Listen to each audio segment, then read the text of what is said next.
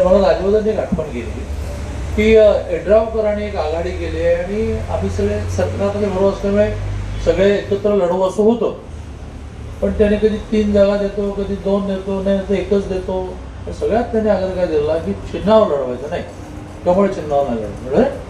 22 राज्यामध्ये आमचं सरकार आहे होता, पंतप्रधान आमचे, राष्ट्रपती आम्ही चिन्ह सोडत, आम्ही चिन्ह मग ठरलं असं की तुम्ही वेगळं ना आम्ही, पण चिन्ह चालत नाही. मोदीजी आणि पाटील चालतात, माझा फोटो छापलाय, मोदीजींचा छापलाय, तर माझा फोटो छापल्याशिवाय मतं मिळत नाही.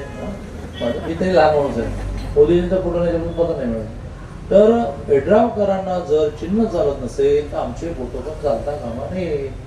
संध्याकाळच्या आत ते सगळेच्या सगळे बॅनर बदलणार आहेत, त्यामुळे प्रिंटर्सना चांगलं काम मिळणार आहे. तर हे बॅनर काढायचे, नवीन बॅनर लावायचे आणि आमचे फोटो काढणार आहे. एखाद्या आमच्या फोटोवर काळा कागद पण चिकटवले, आमच्या फोटोवर काय मतं मागू नका. कारण मगाच्या सभेमध्ये एका म्हातारीची मी गोष्ट सांगितली, ती अर्धा सेकंद सांगतो.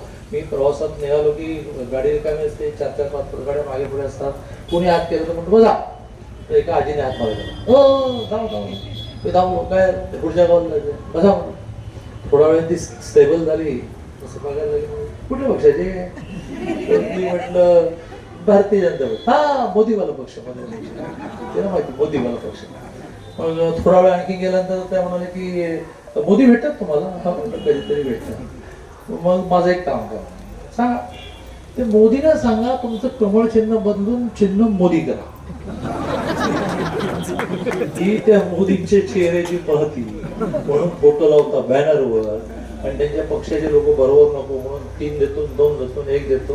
अरे कशाला 3 देतो, 2? आम्ही लढतो 4 जागा डायरेक्ट चिन्हावर लढतो. बघा चला, जय हिंद, जय महाराष्ट्र.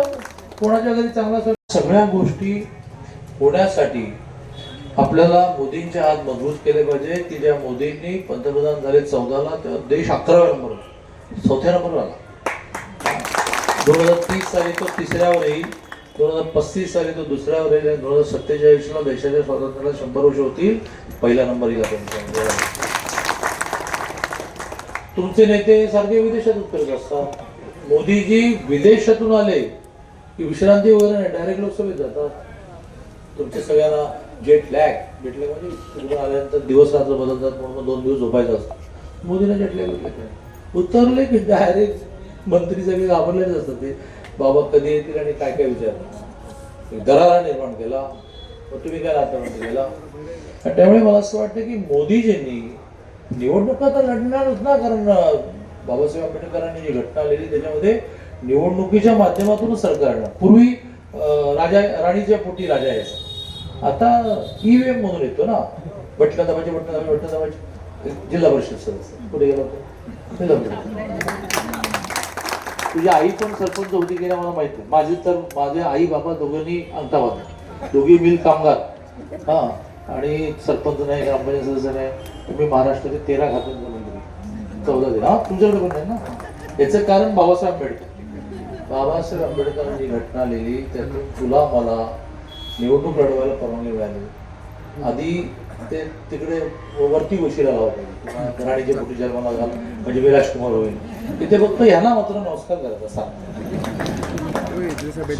साष्टांग नमस्कार करायचा. तुम्ही मतं दिली फटा की मग ते एका मिनिटात स्लिप बाहेर येते. या मशीनमध्ये इतकी मतं म्हणजे बाहेर येते, बरोबर की नाही. त्यामुळे मोदीजींनी बाबासाहेबांनी लिहिलेल्या घटनेमुळे निवडणुका लढणार, जिंकणार, सरकार आणणार. पण सरकार जी आहे ती सर्वसामान्य माणसाच्या सुखासाठी आहे, सर्वसामान्य माणसाच्या आनंदासाठी आहे, सर्वसामान्य माणसाच्या सुरक्षेसाठी. तुम्हाला एक शेवटचं अर्ध्या मिनिटाचं महिलांसाठीची भविष्यातली योजना सांगतो.